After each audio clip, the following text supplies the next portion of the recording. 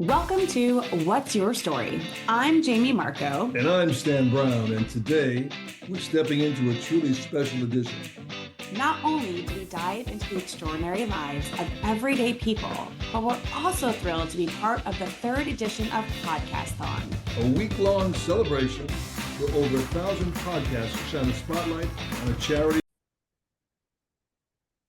Hi, Dad. Oh, hello, Jamie. We're kind of color coordinated today. The listener can't see that, but we can see I it. had to kind of tone you down. It's a little bright for my non-sunglass eyes. I'm wearing hot for listener. If you're listening, you're not watching us. I'm wearing hot pink, and my shirt And says, I'm not. No, you're not. And my shirt says love on it. And mine doesn't. It doesn't. But I felt like because today's episode is with somebody that we both love, we have loved for a very long time, and because we're talking about the power of love, and because it's still February, the month of, actually, it's not. This recording's coming out next month, so. Now I feel bad. I didn't wear my love shirt. I didn't wear my love shirt.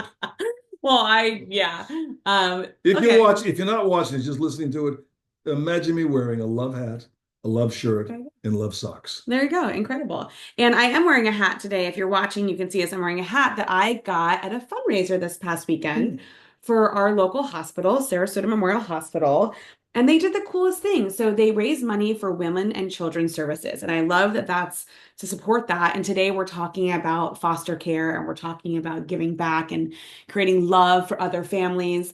And so I thought my hat was awesome to wear today, but you were able to get your own trucker hat. It's from TNR Trucker Hats, I think. I'll have to tag them. Mm-hmm. But you're able to pick out your own color hat. And then they had all of these different, what are these called? Patches. Thank you, patches. And you could design your own hat. And so I chose Simply Stated, and my hat says, can you read it for everybody? It says, treat people with, oh, it's upside down. Kindness. And then I have two butterfly patches because I believe in the butterfly effect or butterfly impact, that when we talk about the butterfly effect, right? Like if a butterfly flaps its wings in the Amazon, does it cause a hurricane somewhere else? But I personally like to think that you could have a butterfly effect on others, to where if you treat somebody with kindness today, it inspires them to treat someone else with kindness. And then as a whole, you'll be impacting the whole world, and there'll be more kindness in the world. Kind of like paying it forward. Yes, but it's my thing. So anywho, so that's where I'm wearing my hat today and my love sweatshirt, because we're talking about that. I also do want to tell you, I love you very much. And you have a nice, beautiful scar on your face. I want to give myself a little character. Yes. Well, so listener, May, I believe, is Skin Cancer Awareness Month, but we're just going to make you aware of it now in March as we launch this episode today. I chose to celebrate it early. You did. Yes. You do like to show up early sometimes to things. Mm-hmm. So you had some skin cancer removed from your face. It was like a little teardrop, a little tattoo on the side. They looked at it, thought it was superficial. They figured they'd go in and slice it out, part of my weight loss program. And I wanted more weight taken off, so I went back a second day. They sliced a little bit more, but now the margins, as they say, are all clear. I'm stitched up. I can actually see. I've got that yellow gook in my eye, but I'm on the road to recovery. It's a pretty cool scar. Like you're almost like a pirate, you know? What do you mean? There you go. I think it's going to be a cool scar. It's like, you think about, so Dylan McKay from 90210, may he rest in peace, but he had that scar in his eyebrow. Doesn't what's his name? Phoenix, Yokin, whatever. Doesn't he have a kind of cool scar in his lip or something? I don't deep that dive. I dive that deep in there. Yeah. The thing is, I think the closure is done so well by Dr. Brannon. I think you'll have no scar at all. You won't even know I had surgery. You know what's interesting? Not to get super personal, but as you know, I had a C-section and I had Dr. Sullivan. You would never even know. So it does make a big difference. Question. Like the doctor, the physician, but you caught it, it's gone, and we've got many, many more years of podcasting to do together. He gave me a guarantee. Okay, how many years did he give you? It was a life guarantee, but I'm not sure if it's his life or in my life. It's someone's life I've got a guarantee. So I'll be here through the weekend. Well, the thing is that we're interviewing 100-year-olds now as well, too, because there's a few of them. And we did this thing. We asked, actually, what was the percentage of 100-year-olds that there are in the world right now? It was actually higher than I anticipated. However, you have time to still be our guest for when you're 100. So we'll be doing this forever, right? We record it next week. You're not even close to 100. But I want to be conscious. You're very with it then. All right. So our guest today, I've known since I was think like 9 years old, maybe a Long little bit time, older. long time. And he's amazing. He's incredible. He's got a really full story about so many different things. And we're just gonna let him in and kind of see where he wants to go with it. What do you think? Let's do it. All right, we're gonna let him in. We're talking, I know we are talking about because it's the podcast on, we are talking about a not-for-profit that he supports. So let's go ahead and let him in. We haven't seen him in a while, at all, I don't think. Will I recognize him? I hope so. I hope he recognizes us, but you never know. But it's been a hot minute since we've seen Come him. on, Patrick, So jump in the pool, come on brother. in, Come on, jump Patrick. in. We want to see you. Whoa. Hello, you're on mute, and we want to hear your voice. You better come off mute because your voice is important. Here we go. Oh, come off mute. We Second. there he Richard, Hang is. on a second. good morning. Stan, Patrick, Jamie, I send you a big hug, Stan. send it back. Send it back. To We Ruth, to Candace, to Jamie, to everybody. Steph, we did everybody. a big intro about you, and we were talking about how amazing you are and how incredible you are. And I think you know this, but your episode of our podcast is actually going to be bigger than just our podcast. Because of your cool story with foster care, we are sharing your story as part of the podcast-thon, which is going to be streamed in March all over for a whole week. All these different podcasters are coming together to Awesome. highlight organizations, and we're going to talk to you about, Awesome. yeah. Awesome. Man, we got all kinds of cool stories and can't wait to talk to you guys about them. This is so cool. I know. It's so funny. This morning, my husband was like, "Hey, what are you doing today?" And I said, "Oh, I'm recording some episodes." And he said, "Oh, with who?" And I'm like, "Oh, and I was like, "Haven't you met Patrick? But have you never met my husband? No. You guys didn't, No, you I met Candace's husband plenty of times and that's it, but never have. I Did did the math today. I'm slow with math nowadays, but it's been 32 years since I saw you last. you Stan, that don't was think the that? Candace wedding. The Candace well was about 30 years. So Candace's wedding and Disney, the No, she's pavilion. been married 32 years, has she? is she married? Well, I graduated 32 years ago, but meaning last time I saw your family, was Candace's wedding. Did you get married before her or after her? I got No. married in 2004. I was at your wedding. Yeah, yeah, yeah, yeah. And So she in got April, He so didn't so see that. yeah. But it's that, been about 30 years. It's been about 30 years since we get to hang out in Sarasota and do stuff and see your parents and see Patrick, you've everybody aged together. well. that Stan. That is insane. Well, so I was telling my daughter about you, and I was like, he was like the Yes. big brother that I never like Yes. biologically had.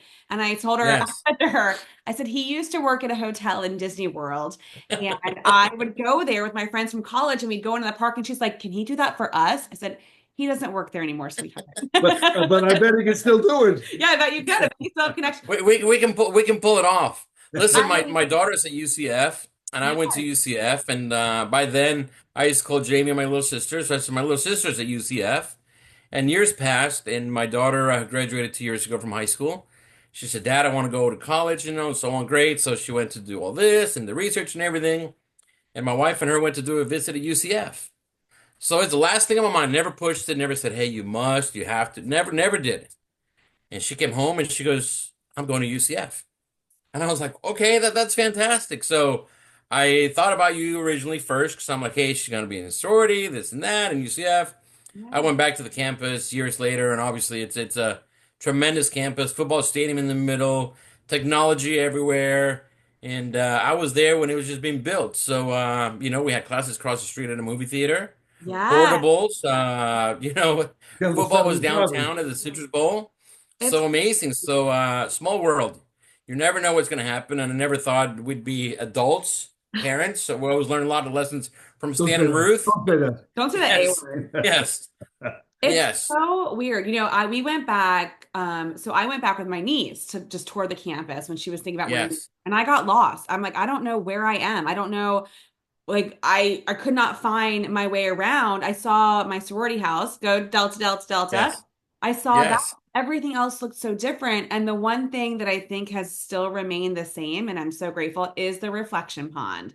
And that is Yes. still there, and it's still a tradition. And so, listener, by UCF in the center of campus is a reflection pond. And during homecoming and other events, everybody jumps in that water. And has she done that? Has Hannah done that?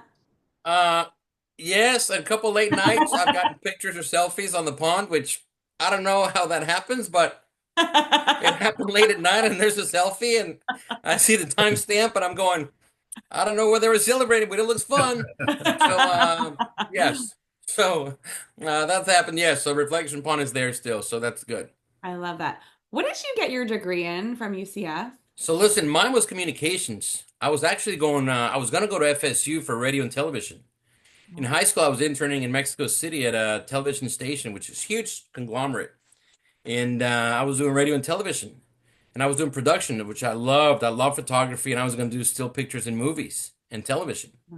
So I go to FSU, and then I apply and so on. And they're like, listen, straight A students, it's a couple years wait and so on. And I'm going, I can't compete with that.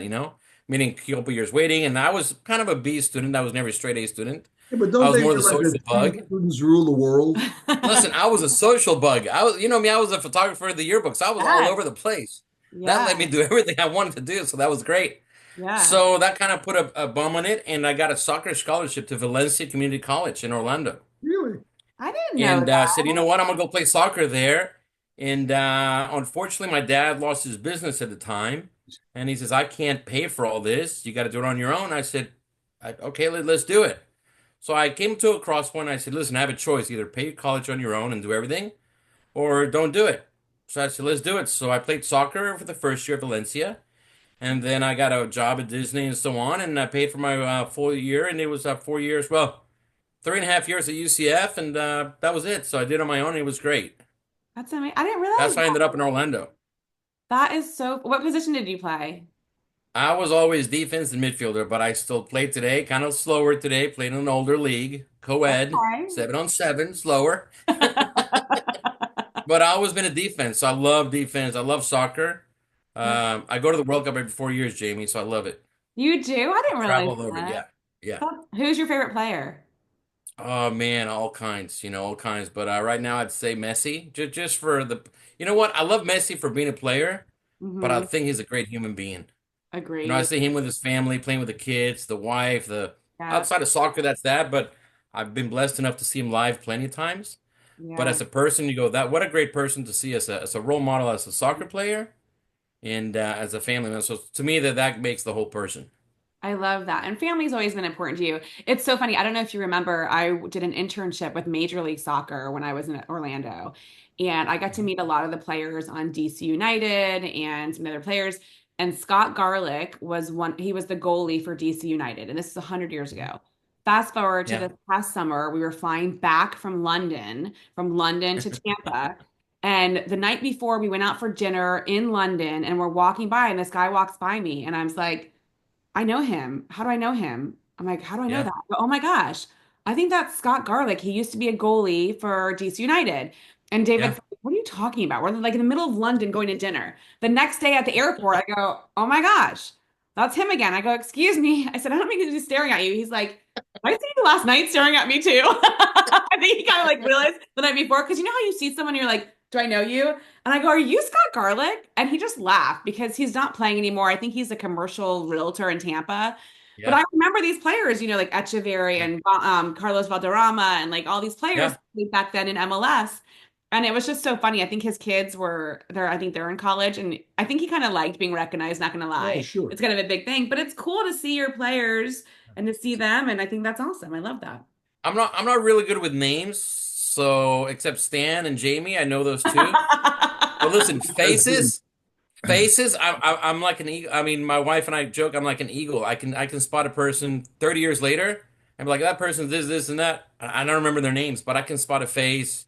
I mean, a mile away, and I do it Kind of all like the the, like time. the Prevagen commercial. Yeah, yeah. You know what? I can go sit. Fred, I'll go Fred. to like Atlanta Airport. What'd you say? I'm just kidding.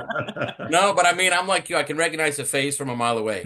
Well, and I would say that like over the last 30 years, you've been everywhere. I mean, why don't you tell our listeners a little bit about what you do for your day job? But then I do want to jump into what we really want to talk about today and how you balance giving back to your community as well too. So tell us a little bit about you graduate Well, UCF. listen, I'll start with what I did and how I ended up with foster care and kind of go from there. Quick story. Done. That- Done. Uh, you said that. what's Yeah. the UCF? I was at UCF, and I was working at the Dolphin Hotel, Dolphin Swan Hotel, and I used to work in the front office, sort of like the valet reception area, and I was one of the managers up front, Hmm. and I got to deal with VIPs all the time. So that was my first exposure to money, meaning like, wow, VIP, like, wow, you're like a CEO, wow, like, and I could deal with all of them, check him in, check him out, take him to the airport. My first exposure to private planes, limousines, and back then limousines were a big deal. Nowadays it's a town car, executive car, but back then a limousine, speakers for conventions, like guest speakers. Like, this is unbelievable. So that started that. One day, a buddy of mine at the hotel said, "Hey, I work in private yachting, and my bonus was to trip around the world." And I said, "Stop. What does that mean? What does that mean?" I said, "I want to go on the yachting. What are you talking about, right?" I Yeah. didn't travel back then. I was just working there, and that's about it. So got in the yachting somehow or another, got in the yachting and worked for the DeVos family out of Michigan. They owned Amway and they owned half of Orlando, meaning the Orlando Magic and Oh, so on. wow. So I went to work for them on their yacht based out of the Caribbean in Peter Island, which is their own island. No So way. now I went from, hey, exposure to this to now I'm working with families that are so wealthy. But listen, it's not the wealth that makes them, is the please and thank you. I've always been associated with people that say please and thank you at the end of the day. I think it's very important. You can have, a plane, an island. I mean, these people have their own island, Jamie. It's called Peter Island. Some people say I have the suite or I fly first class. You go, okay, these guys have a couple planes, helicopters, their own island, a couple yachts, and you're like, this is just another world. So Yeah. that humbled me enough to say, hey, this is amazing. But I was blessed enough to start traveling, and they Wow. were paying me to travel. So that was unbelievable. What was your Long job? story sh What did let's you, say that again. what was your job? Like, what did you do for them? I was a steward on the yacht and took care of all the interiors, all the meals, all the service, beds, everything had to do with inside. And then I did deckhand, which was the outside. Wow. Little story known, I said, "Hey, I want to transfer." I was dating my wife now, Megan. She was in college at the time, and she was living in Florida. And I was like, "Hey, you live in Florida, I'm in the Caribbean, and so on." So I said, "Hey, I want a land-based job." I called Human Resources, and I said, "Can I transfer to Orlando? Since they own the Magic and kind of this." And she said, "Sure, let's make a transfer." So I became a flight attendant on the team's plane. I was the first guy ever. I showed up with a bunch of girls, and they're like, "Are you kind of flight attendant? Are you a girlfriend? Are you?" And I said, "Yes, Patrick, good to go." So anyway, I flew the owner and the team for a while. And next summer, someone said, "You should go see Mr. Heisinger. He owns the Miami Dolphins. He's got a big plane, and you're on the off season. You should go see if he wants a part-time job in the summer." And I was like, "Okay, let's go." And Long you just story short, show up, like you went just to go and like knock at his door and you're like, hey, or listen, listen. This is the funniest thing. I'm glad you said that. I went to knock on the door at this aviation department in Fort Lauderdale, Florida, and the lady opens the door. She's like, "Can I help you?" Back then there was no cell phones were just coming out. So it wasn't like, GPS, cell phones. It was just like, "Can I help you?" And I have a piece of paper, and I'm like, "My name's Patrick. I have a resume, and I was told to come kind of apply for you because I work on a big plane, and you have a big plane." He says, "Thank you, appreciate it. Bye." Okay, no problem. I have a job. I have no worries. Little do you know, she calls me 5 minutes later. I'm on 595, which is Fort Lauderdale. You're over the airport. And I see the big hangar next to me, and she calls me. And the reason I said cell phones is I just had a cell phone. It was new. It's one of those where it's like, just, someone called and you're like, hello? Like, there was no caller ID. It was just a phone What's call, that right? noise? What's that noise? It could be Stan. I'm the Stan, This is so exciting. So next thing you know, she says, "You speak Spanish?" And I said, "Yes, ma'am, fluently. I'm born and raised in Mexico City." And she says, "Please come back. We have a trip to Iquitos, Peru, in the jungle, in the Amazon jungle." I Once said, again, "Okay, Patrick, I'm on my way back." timing is everything. You see, next thing you know, I come back and they say, "You speak Spanish?" Yes. Long story short, I ended up taking a 737 private with about 12 girls, college girls, and Mr. Heisinger's daughter to Peru. For you She novices, says, "Hey, Patrick, that's we the guy like." on the Blockbuster video, by the way. he You well, see, yeah. So I did the flight. I did everything. I landed in the middle of the jungle. Who are these That's for girls? another Who are these yeah, podcast. girls? he just said his Is it daughter and all 12 of her friends, daughters? his daughter and all of her Ah, friends. Yeah, his daughter. So they were. It was a teacher from Peru that wanted to show them Peru and the jungle and so on, and 12 students, and one of them happened to be a friend of the daughter, so she went with them, and I was just a flight attendant on the flight. wow. No one spoke Spanish but me, so we landed in the jungle, and DEA came up to us, and they're like, "You have a big 737. You're in the middle of the jungle. Who are you?" So me, I'm like, hey, I'm Patrick and this and that, blah, blah. They're like, okay, good, whatever. A week later, we come home and she goes, you got to meet my parents. You have to. You have to come work for us. So I met Mr. Isinger the very next day, and he said, hey, I'm Wayne. And I said, hey, I'm Patrick. And he said, my daughter liked you very much. Would you like to come work for us? And I said, I work in Orlando for the DeVos family, but let me ask. And he goes, I won't take you away from Rich DeVos. I know him personally.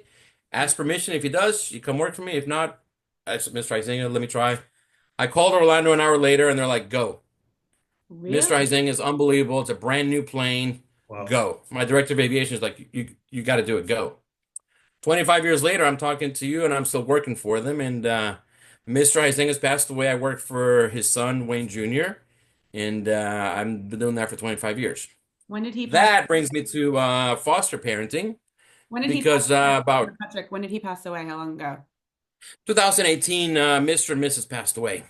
Oh, together Yeah. at the same time? No, no, no. They're almost same year, but they're both illness, Mm. age and illness, and that was pretty sad. But Yeah. I'm telling you, most people say, "Oh my God, you work for this guy, owns half of South Florida, only entrepreneur to do three companies in the top Fortune 500, sports team in South Florida. He brought them in, he did this, everything." And I tell you what, Jamie, I say this again and again. It's a please and thank you.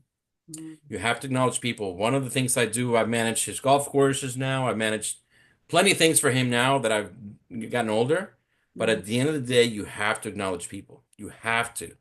I don't walk past anybody. I don't do anything like that. You got to please and thank you and acknowledge people. So he taught me that lesson, and Big then I difference, keep doing sure. that for 25 years. Wow. All right, so Yeah, something unbelievable. interrupted you. So please So continue. anyway, about 10 years ago, we were in, well, let's see, 2011, sorry.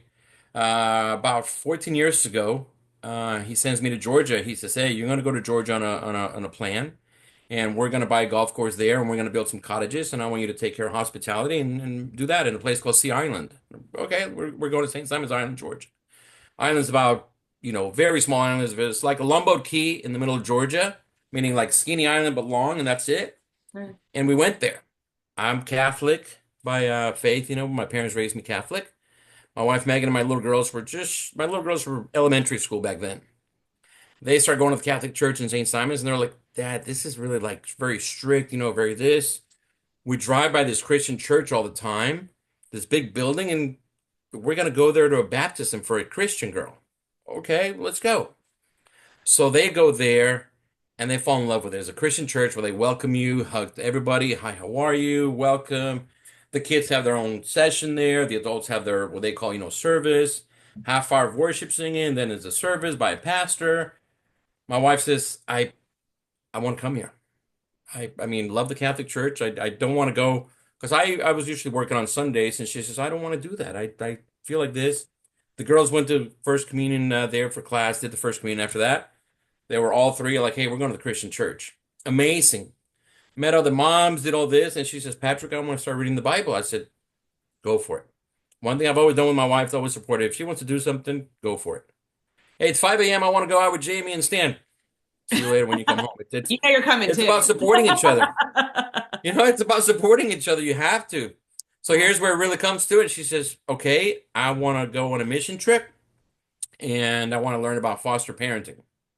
So Megan, I am really busy. Like I'm running a golf course here. I'm running hospitality. You know how it it's pretty busy. I don't think I can go on a mission trip, but let's do what we have to do. The church hears that I speak Spanish again, and they go, you don't have to pay anything. You're coming with us. Just make it happen. And I'm like, I don't know. Next thing you know, I'm on a plane. We're going on a mission trip to Ecuador. Same thing. Got there and they're like, you speak Spanish. You kind of do your thing. Does Megan speak Come Spanish back. too? Does Megan speak Spanish? Megan speaks Spanish, but not fluently. I mean, she can understand it, but not like, Sure. if she goes to a restaurant or a hotel, it's great, but nothing like, hey, let's have a full-on conversation. Yeah. So I went there and came back, and she says, great mission trip, check that box. I want to become a foster mom. Wow. This is very important. A foster mom within the Christian, sort of like Christian backing. There's foster parenting that you do, hey, through the government, and you say, I'm Jamie, I'm going to do this. The other one's Christian based, Christian faith, Christian based foster parenting. So we did. Up to today, we've had probably over 10 cases. Most people always say, hey, so do you get to choose? Do you want a little blonde and this size, and this, and you go, no. And foster parenting is about someone coming up to you and saying, hey, first you take a couple classes, everything's background check, and are you sure you want to open your house to this? And you have children, you want to talk to them and so on. This is all through professional people that do this in your life and come and say, basically, are you sure? Yeah. So foster parenting really becomes, okay, let's do it. And our first phone call was, most people always say, so do you get a phone call between 9 and 5, and are you okay? And life happens, Jamie. I think one of the things that happens in life, all of us as human beings, we always wait for the sunny day. Listen, when it's sunny, I'm gonna go to the beach. The day I have $10,000 in the bank, I'm gonna go buy this. And the day, it's perfect weather and it's perfect outside, I'm gonna ride the convertible and I'm gonna go to the bank. Life happens on a cloudy day, this and that.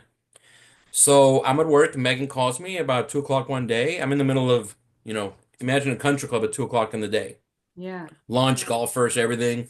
She says, we got a call. Someone's going to be here in an hour. That's all you get. Sometimes less. And her first name was, I don't know. I could probably talk about it now because it's past. But anyway, it's a little girl. Okay. So a little girl gets to our house and I go, I got to leave work. So we get there and a lady shows up with the little girl and a little box of clothes. And she says, this is it. So it was like unbelievable. Breaks your heart, breaks you. It's the toughest thing I've ever done. Toughest thing. Where was How she old? from? So you go, How old I was have she? two daughters. Yeah. Sorry, I didn't hear you. How old was she? Where's she from? Uh, so from that area, Stan, from Brunswick, Georgia, which is that area, Brunswick, St. Simons. Uh, I mean, she was young, less than 3, maybe. And what Yeah, was I can't think her? straight right now with the age, Sure. but it kind of goes from there, and then they go, listen, this is what's happening. You take care of this girl. In the meantime, she's got to go to court and all this because foster parenting happens when people want to reunite somebody. So let's just say, hey, little Jamie got taken out of the house, and we're going to talk to Stan, and Stan has to improve himself and get a job and do something good because we want to reunite Jamie with Stan. At the moment, not a good fit, not good. So the government says, hey, we're going to step in, pull Jamie right out. Then you go to a foster family. Mhm. A lot of people call respite help our family or whoever it is. Say we have clothes right away. We can drive Jamie to court. We can do this. And I'm using your name, Jamie, because I don't use her name. No, it's But fine. that's what happens when you become a foster parent. Yeah. So the toughest thing you've ever done, just tough, Patrick, tough because I have two daughters. is the time frame open till they get things resolved? How's that work? That's a pretty good question, Stan. And that's another people. So a lot of people ask always, hey, do you get to pick them? No, you don't. What is the length of time? Is it a week, a day? Do you get to pick your time and say, I'll bring her time? Never do. It could be a day, Stan. It could be 9 months. It could be 2 years. You never know. So once someone says, here's little Jamie, you got to take care of this young lady or young man or whatever it is, or we've had foster kiddos, a brother and a sister. And that's what happened. So Megan said, okay, here we go. Our toughest thing for us is having two girls at home, our own daughters, because you have to explain to them, listen, you're one of the lucky ones. You have two arms, you have two legs, you have pretty face, you get a bathtub, you get a baby blanket, you get food when you want. This is fantastic. I've always told my girls that one of the biggest blessings we as human beings have, especially in this country and part of the world, is this. In the morning you get to shower and you go, wait, wait, wait, turn the water, wait, wait, wait, wait, wait. Right there, right there. Ah, it's perfect, right? So just think of that. Now, every foster kid we've had, they've never had the chance to say, wait, wait, wait, let me turn. It's just shower if you shower, eat if there's food there, you just eat, I guess. There's no baby blanket. There's no your own room with your TV and your decorations and your family pictures over here. That's it. So anyway, long story short, we get a box, some clothing, and that's it. So Megan makes a phone call to the Christian faith based, and all some people show up. Hey, we're gonna bring you some clothes because we know how old she is, and here's some food, and 24 hours later, you wake up and you go, there's a baby in our house.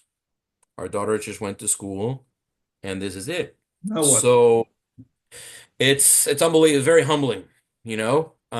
We kind of split everything, and I told Megan, like I said in the beginning, I'll support whatever you want to do.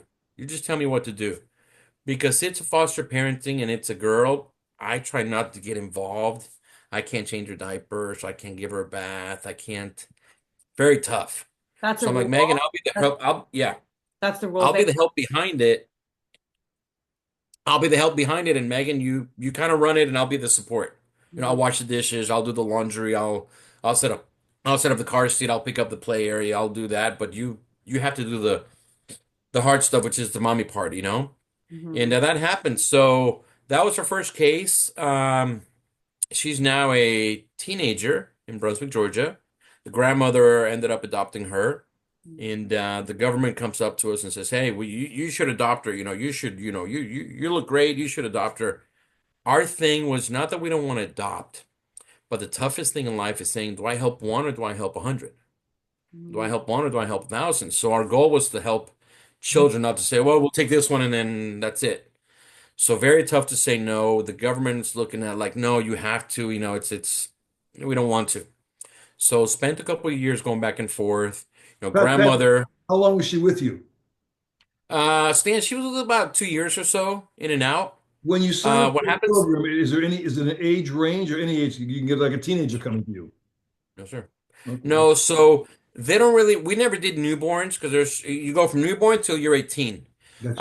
And the system, once you're 18, you graduate or you're out of the system. Now imagine me going, hey, Stan, you're 18 years old. You don't have a lot of base to do a lot of stuff. But now you're aging out. You're done. So Mm. now it's like, hey, Stan, go be Stan, and you're like, but what's Stan doing? So very tough to see. But there's no age limit or anything. It's just that's what it is. That Are you was our in first touch with her case. today? You still in touch with her? Are Yes, you sir. Yes, yes. So you're not allowed to discuss or communicate once they tell you. So let's just say, hey, time's come. Let me backtrack a little bit. Most of the time, the parents are the issue the first time, Stan. That's what we got to take away. Hey, we're gonna take the baby from mom and dad, or a lot of times it's just mom, a lot of times it's just dad. But the parent is the number one sure? thing they got to take them away. After that, they say, hey, is there any aunts, grandparents, anybody related that wants to take care of them? Breaks your heart. A lot of times, the aunts and cousins are like, can't afford it. You know, we're not. Does it love to? I think, in my opinion, 99% of the time, because of the ways they were raised or whatever it is, grandparents tend to be the ones to say, "Hey, I, Sure. I'll take it." I think that generation of caring, you know, of saying, "Hey, we'll make it happen no matter what," that happens. So in this case, the grandmother was fought for her, and at the end, she's still with grandma. Mom and dad, you know, I can't discuss that case and what happened to mom and dad or whatever, but she's now a teenager. Megan talks to her all the time because I don't have social media. Megan's big on Facebook and all this, so my wife talks to her and we get pictures. She calls me dad. She calls, you know, Mama Megan and Papa Patrick kind of deal, and that's it. We've had about 10 different cases. Wow. The next one after that was a little brother and sister, about 3 and 2. And we had a psychologist come up to us and say, listen, this is the toughest case I've ever dealt with. And I'm a professional. And you're going, wait, you're the, wait, what do you do? You're the what? So, Stan, this was just two kiddos that were left on the street. Mom was I can say because I don't name any names. Mom was a traveling prostitute. So a traveling prostitute that says, "Hey, you go like that." And Jamie, I'm seeing your face right now on video. That face is a face that happens in real life with all these cases. So long story short, that was that. That was her second case, and same thing. They came to our house, this and that. You know, very tough case, but people want to separate him and do this, and you're like, they're siblings. That's all they have. So they stayed together. They went on. We don't touch base with them because the state said, hey, that's their case done. We've had other cases of two little brothers that the dad had him. They went from Georgia to Michigan. The dad's great. Dad loves him, and so on. And that's pretty much it. But again, this is a Christian faith based Yeah. foster parent system that now my daughters are very involved. You know, we grew up with it. Sure. So my daughters are, you know, aware of, hey, some people have, some people don't have that much, and we're open our home to this.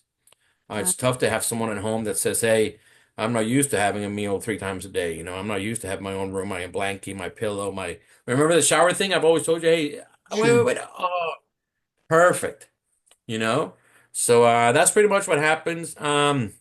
Megan has been attending the Christian church since then. I go to the Catholic church here and there. Then we go to the Christian church here and there. They go every Sunday, you know, so do I. But you know, that's what kind of led to her, the Christian church and saying, "Hey, this is what we want to do." You're still in Georgia? No, sir, I'm back in Stuart, Florida. So, Stan, I went to Georgia for 4 years, and it's amazing. Just things happen in life that are meant to be. I went there enough to have the girls go to elementary school, which was on the island. And then middle school, we were like, do we stay here? Small community. You want to expose the girls. What do you do? I got a phone call from someone that wanted me to work for them part time and come back to Florida. I was still with the High Singers, but then they hired me to run the same golf club that the High Singers had. And it happened to be the owner of the Houston Astros, Mr. Jim Crane. So he called me one day in the blue, Stan. I'm beautiful sunset in Georgia. I'm sitting there. The phone rings. It's them. And they go, we want you to come back to Florida and work for us. And I said, sure. So it's one of those where you're like, what am I doing in life? And something happens and you go, that's where we're meant to be. So we came back to Stuart, Florida, and that's where we've been last year. So we did middle school and high school for the girls. And my youngest girl, Abby, is graduating high school this May. So I'm done, Stan. And Pretty then what? scary. Then Done. what? I mean, like, are you fostering in Florida as well too? Like, have you ever? Yeah, so now we gave up fostering. So let me backtrack. We didn't give up fostering. We gave up our home while they were in high school. It was just too much. My daughter's the competitive cheer, and my daughter, I mean, they were so involved with everything. So we gave up our home we stopped being a foster family and we became a respite family. So what does that mean? That, instead of having little Jamie at the house, we say, anytime something happens, we go, hey, we can drive him to court. We can drive him to the dentist. We can drive him to the doctor. The We can help support. this. We'll give you clothes. We'll do this. Yes. So that's and basically that's what it is. How did the Place of Hope Treasure Chest become an organization? Ah, good idea. I'm glad you brought that up. So here's the deal. My daughter Hannah, who's at UCF now, who's 19. Oof, probably when she was 14. There was a children's home in Stewart, and she said, Dad, I want to be a Secret Santa. Again, Stan, you raised three daughters. Sometimes they say stuff, and you're like, hey, I'm not telling you what to do. I'm here to support you. Even though it's crazy, you just go for it. So at 14, she said, Dad, I want to be a Secret Santa for the home. At the church, we went to paint the home one day. They're like, hey, get everyone in the community. We're gonna go paint the children's home. And we went, and the girls came with us, and you're not allowed to go to a home unless you're 18 years old to visit or to do something. But that day was like the whole family church went to, we went to paint the house and so on. So they kind of got to see the house real quick, while they were kind of put the kids on a field trip and we got to fix their kitchen, clean up everything. So Hannah came back and said, Dad, I want to be a Secret Santa. I'm like, well, what do you mean, Hannah? What do you want to do? I want to buy the Christmas presents for every kid there. So between Megan and Hannah got involved and they said, hey, we want to do this. So the home said, love to. So we have, let's just say 20. We have 20 kids.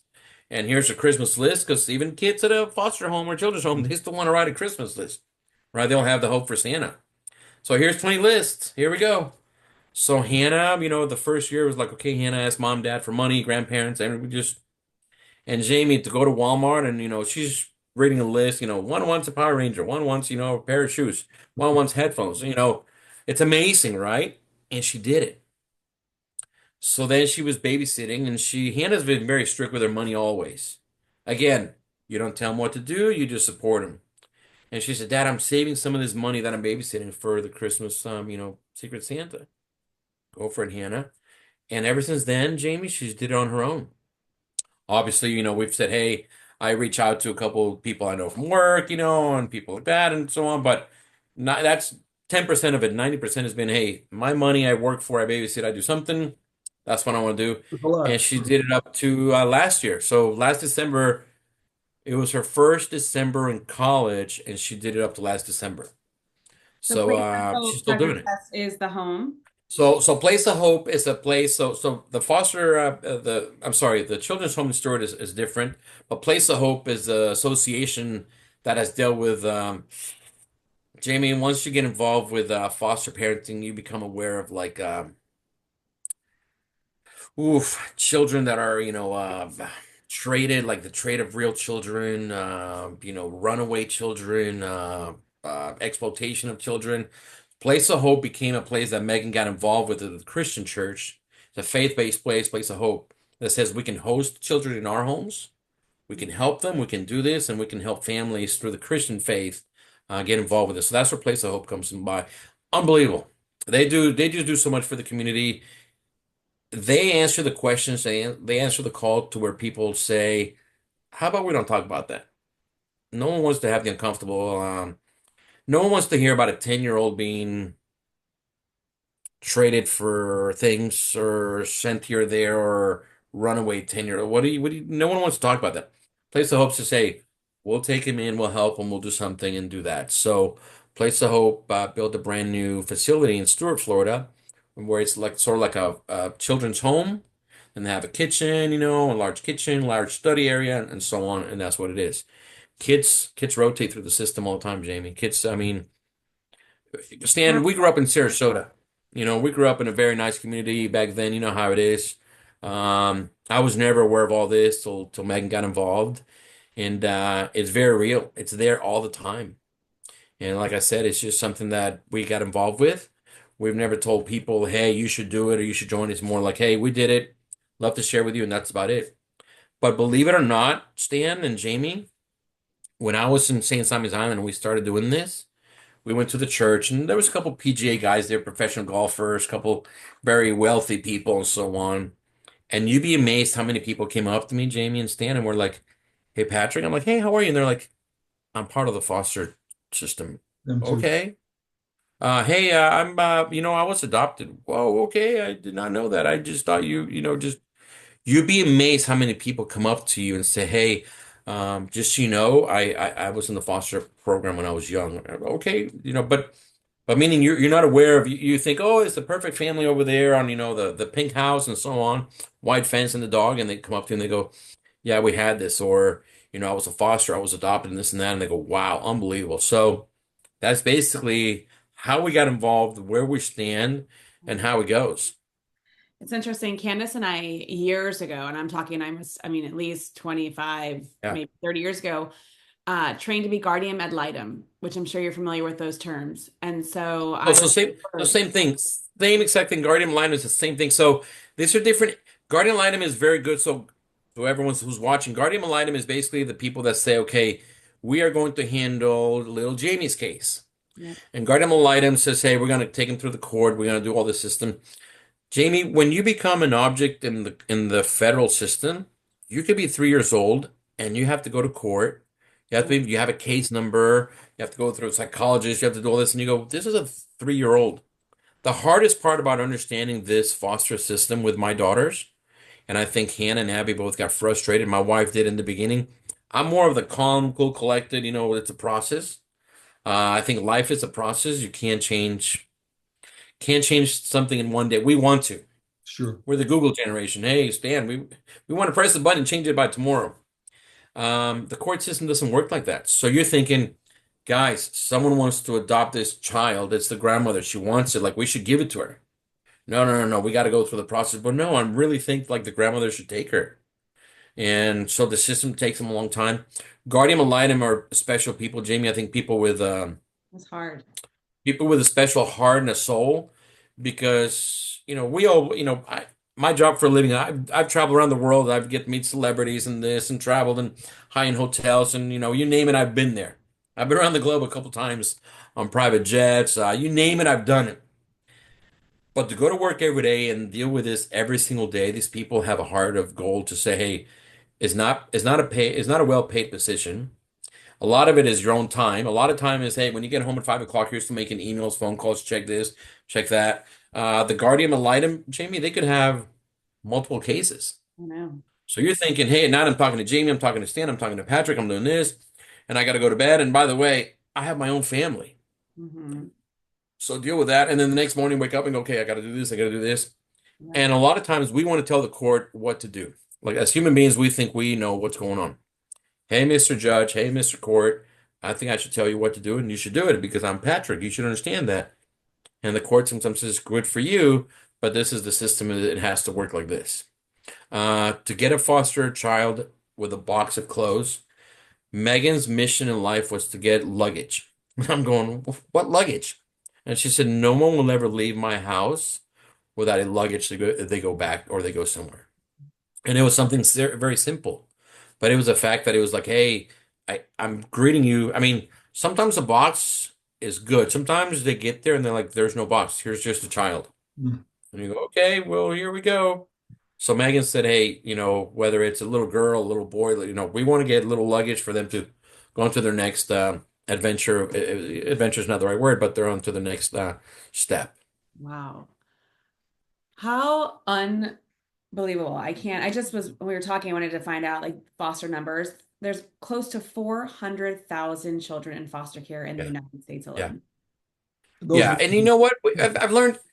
We've learned a lot about, because of the Christian faith, and I don't want to say it's Christian faith. It's just the way it's meant, place of hope. It is a Christian-based Sure. program.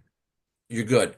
So, Megan's very involved with, the movies that come out about foster parenting or the movies that people don't go see. We was gonna go see a movie about foster parenting. We want to go see the movie about action and, great this and that. So, yeah, they're going to the theater. They're there for a week and then they go away and that's it. So, Megan's become very aware of, children being trafficked, drugs, this, that.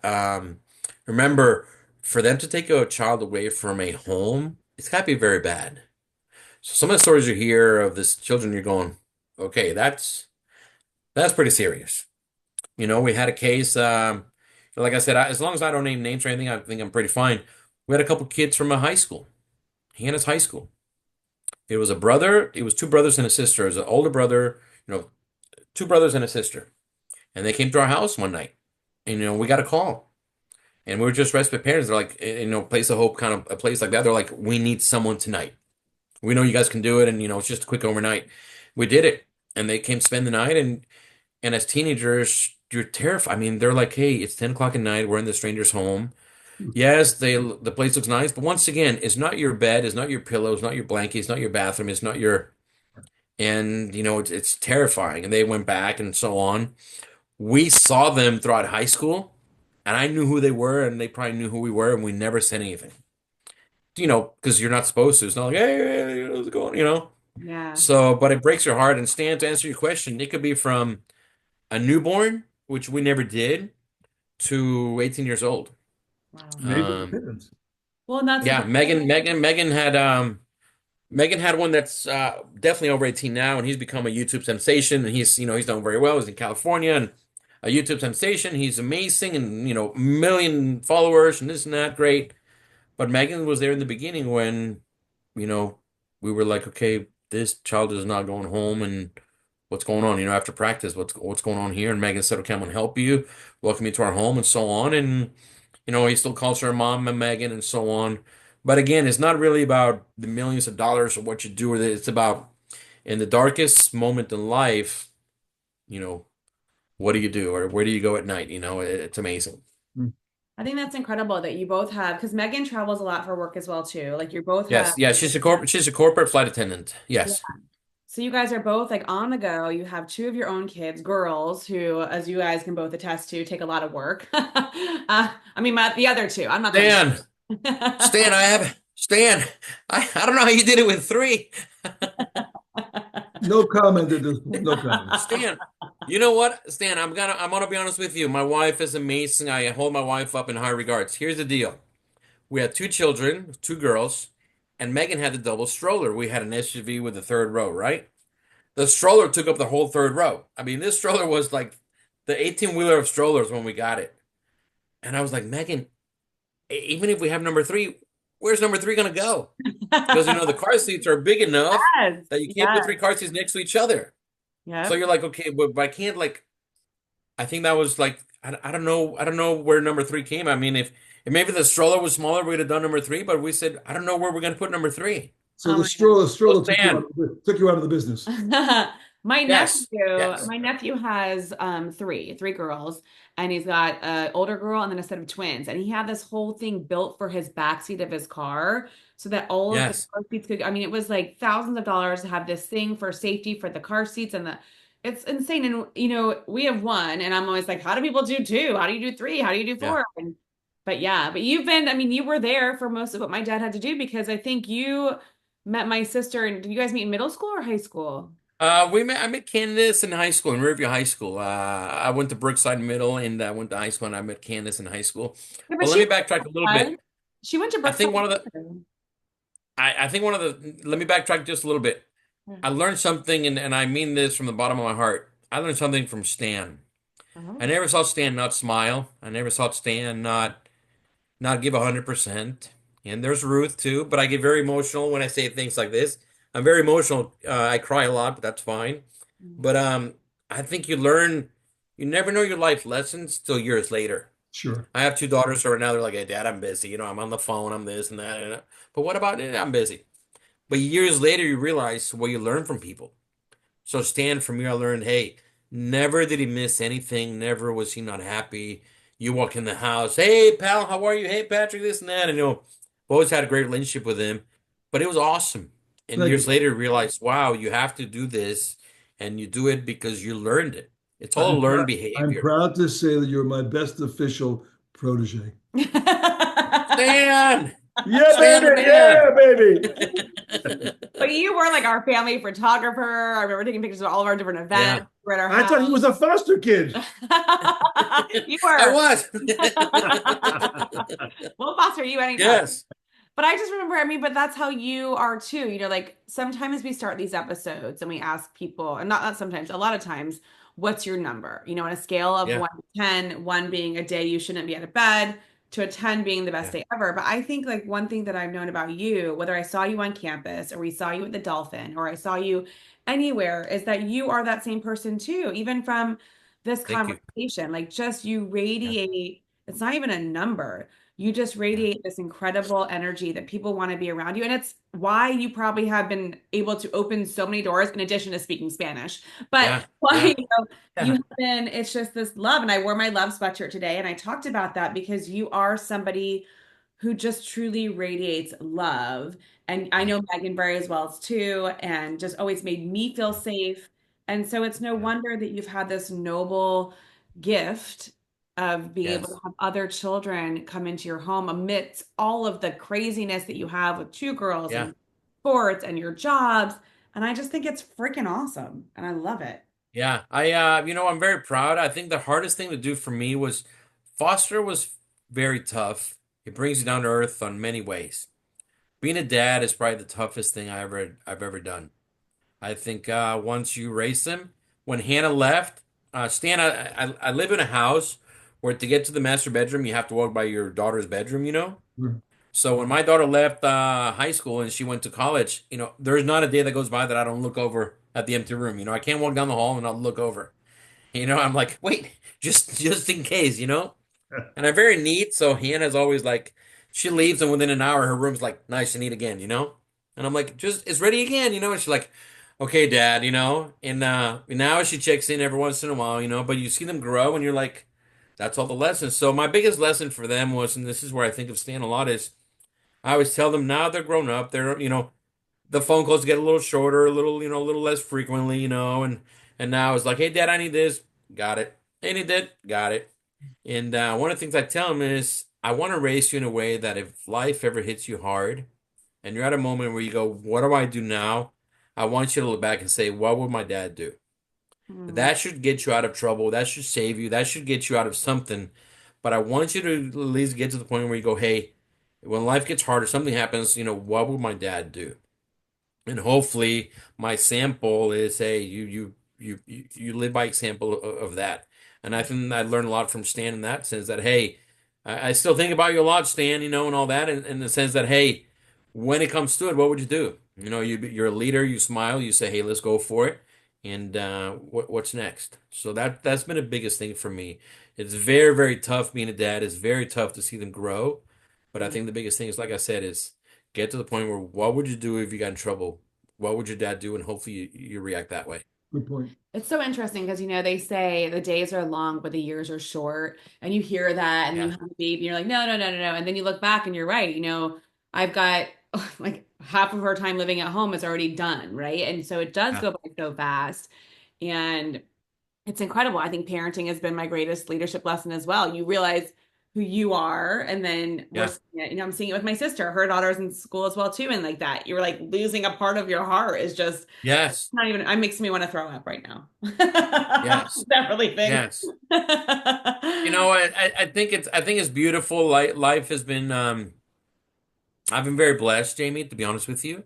I never thought I left high school going, when you're in high school, you think everything's okay. We lived in a great town, Sarasota, which, she has the beach, the mall, and, just as a high school, you're like, this is great. A great high school. You go to wear shorts and flip-flops to school. I Yeah. grew up in a Catholic school in Mexico City. Uniform, black shoes, polished, belt. I mean, the priest would check everything for you before you went. Here I moved to Sarasota in sixth grade, and I'm going, wait a second. Flip-flops, my bike, and shorts? By the way, those were, back then the shorts were the Jimmy Z. I think the Yeah, Jimmy Z shorts yeah, that had like a yeah. Velcro. Every Are you kidding me? I had like 10 pairs of those. This was it. So listen, you grow up like that, and then you think high school's great. And then all of a sudden high school's over and you go, okay, I'm Now what? meeting different people doing this. Yeah. And you keep in touch with people like yourselves and you go, this are the I tell my daughters, sometimes they go, I have a good friend, and they go, this is my best friend. I go, listen, cherish your friendships. Then Mhm. they go, well, I don't talk to that girl anymore. Now I have this new friend. I go, cherish your friendships. So I Yes. can honestly say that cherish your friendship, Stan, Ruth, the girls, everything. You never know that 30 years later you're going to be in communication in a great place like this and say hi. And I think that's what's amazing. You cherish your friendships. And again, you acknowledge people. That's awesome. I love it. It's so funny. Like I feel like we have seen you. I feel like it's not been this long. It's crazy. You can just and there's those friendships are important because even if you don't talk every day or you don't talk every year, ultimately that if you picked up the phone and you were like, Jamie, I need you right now, I wouldn't even hesitate. I'd be like, okay, what do you need? Let's do it. And and I feel that same way. And I just think that that's so true. And I think that, I was having this conversation the other day with somebody about how kids are different today and they've lost a bit of that because of technology. And I remember Yes. you would want to talk to Candace. So you pick up the phone, you call the house, you say, Mr. Brown, can I speak to Candace? Right? Well, my I gotta be honest. I gotta be honest with you, Jamie. I'm sorry, but I gotta be honest with you. If Stan answered the phone, I was like, Stan, that yo, is Patrick. that is true. Is this But then, Mr. then if Patrick? if Ruth answered, I'd be like, Yeah. oh, hi, Mrs. Brown. May I speak to your daughter, please? But if it was Stan, I'd be like, Stan. No, but kids don't do that anymore because they don't have house phones. It's not happening. So we're not encouraging them to actually have conversations with each other and build that, right? So their relationships are just different. And I miss that. I miss that. And they don't call you Mrs. Marco anymore. They call you by, and I love that you called him Stan, but that was a different relationship. But things have just totally changed. We've lost some of the good stuff. We've gained some other good stuff.